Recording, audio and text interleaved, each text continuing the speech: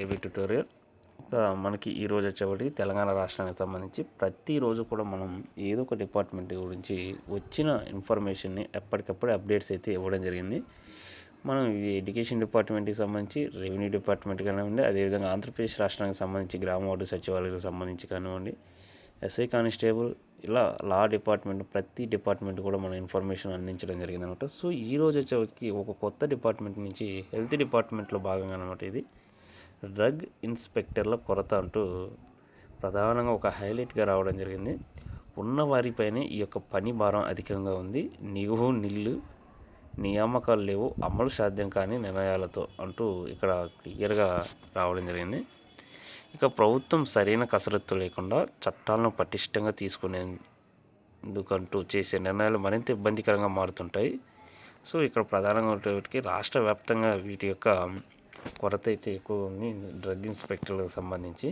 ఇక పలు మెడికల్ షాపులో అర్హత కలిగిన ఫార్మసిస్టుల బదులుగా అరకొక జీతాన్ని ఇచ్చే అన్క్వాలిఫైడ్ వారితో పనిచేస్తున్నారు. ఇది సహజంగా జరుగుతుంది ప్రజెంట్ ఈ యొక్క సొసైటీలో అనమాట. వీరిని కనిపెట్టాలంటే ఖచ్చితంగా ఈ డ్రగ్ ఇన్స్పెక్టర్స్ ఎవరైతే ఉంటారో వీరు మాత్రమే చెక్ చేసి ఇది నిజంగానే ఇలా యొక్క కోర్సు చేసిన వాళ్ళు, సర్టిఫికేట్ కలిగిన వారు మాత్రమే రన్ చేస్తున్నారా, లేకుంటే నాన్ సర్టిఫై కలిగిన వారా అనేది డిసైడ్ చేయవలసిన బాధ్యత పూర్తి రైట్స్ ఎవరికి ఉన్నాయంటే ఈ యొక్క డ్రగ్ ఇన్స్పెక్టర్లకి అనమాట. సో ఇక్కడ ఉన్నటువంటి పోస్టుల కొరత వల్ల ఉన్నటువంటి వారికే పని భారం అధికంగా ఉండటం వల్ల చెకింగ్ అనేది చాలా తక్కువగా జరుగుతుంది. అంటే నిఘు అనేది చాలా నిల్ అని ఇక్కడ ప్రధానంగా అర్థమవుతుంది అనమాట.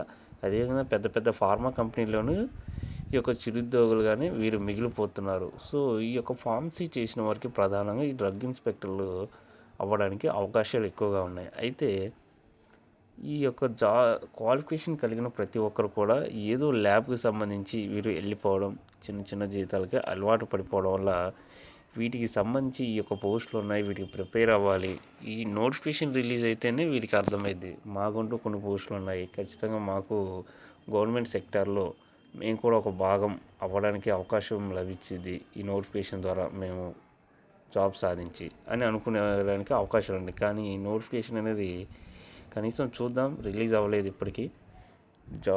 న్యూ జాబ్ క్యాలెండర్లో అయినా సరే, లేకుంటే న్యూ జాబ్ నోటిఫికేషన్ త్వరలో రిలీజ్ కాబోతుంది. ఆ యొక్క నోటిఫికేషన్లోనే వీటికి సంబంధించి ఎన్ని జాబ్స్ ఉంటాయని కూడా మనం క్లియర్గా గమనించాల్సిన అవసరం అయితే ఎంతైనా ఉందన్నమాట. ఇక అదేవిధంగా ఇక్కడ డ్రగ్ ఇన్స్పెక్టర్లు 70 మంది మాత్రమే ఉన్నారన్నమాట. 100 మెడికల్ షాపులు తనిఖీ చేసుకుని ఒక డ్రగ్ ఇన్స్పెక్టర్ ఉండాలని చట్టాలు చెబుతున్నాయి. ఈ లెక్కన రాష్ట్రంలో 350 వారి సంఖ్య ఉండాలి. రాష్ట్రంలో 550 మందుల కంపెనీలు ఉండగా 25కు ఒక ఇన్స్పెక్టర్ చొప్పున మరో 27 మంది డ్రగ్ ఇన్స్పెక్టర్లు ఉండాలి. అంటే మొత్తం 375 మంది ఇన్స్పెక్టర్లు ఉండాలి. ఆ సంఖ్య 300కు తక్కువగా ఉన్నప్పటికీ ఫార్మసీ ఇన్స్పెక్టర్లకు కొత్త వారిని నియమించుకోకుండా ఉన్నవారికి అదనపు బాధ్యతలు అప్పగిస్తే ఆశించిన ప్రయోజనాలు రావనే అభిప్రాయం అనేది ఖచ్చితంగా వ్యక్తమవుతుంది. ఎందుకంటే కష్టం అన్నమాట ఇలా చేయడం వల్ల. ఇక మనకి డ్రగ్ ఇన్స్పెక్టర్ల కొరతకు సంబంధించి 6 నెలల జైలు శిక్ష, అంటే క్వాలిఫికేషన్ లేని వాళ్ళు, సర్టిఫికేట్ లేని వారు వీటిని సేల్స్ చేయడం వల్ల 6 months జైలు శిక్షతో పాటు 1000 రూపీస్ జరిమానా విధించాల్సి అయితే ఉంటుంది. ఇన్స్పెక్టర్ తనిఖీ నిర్వహించాల్సి ఉంటుంది. దీనికోసం అయితే ఈ యాక్ట్ ఉల్లంఘించిన వారికి ఫైన్ అయితే వేయవచ్చు.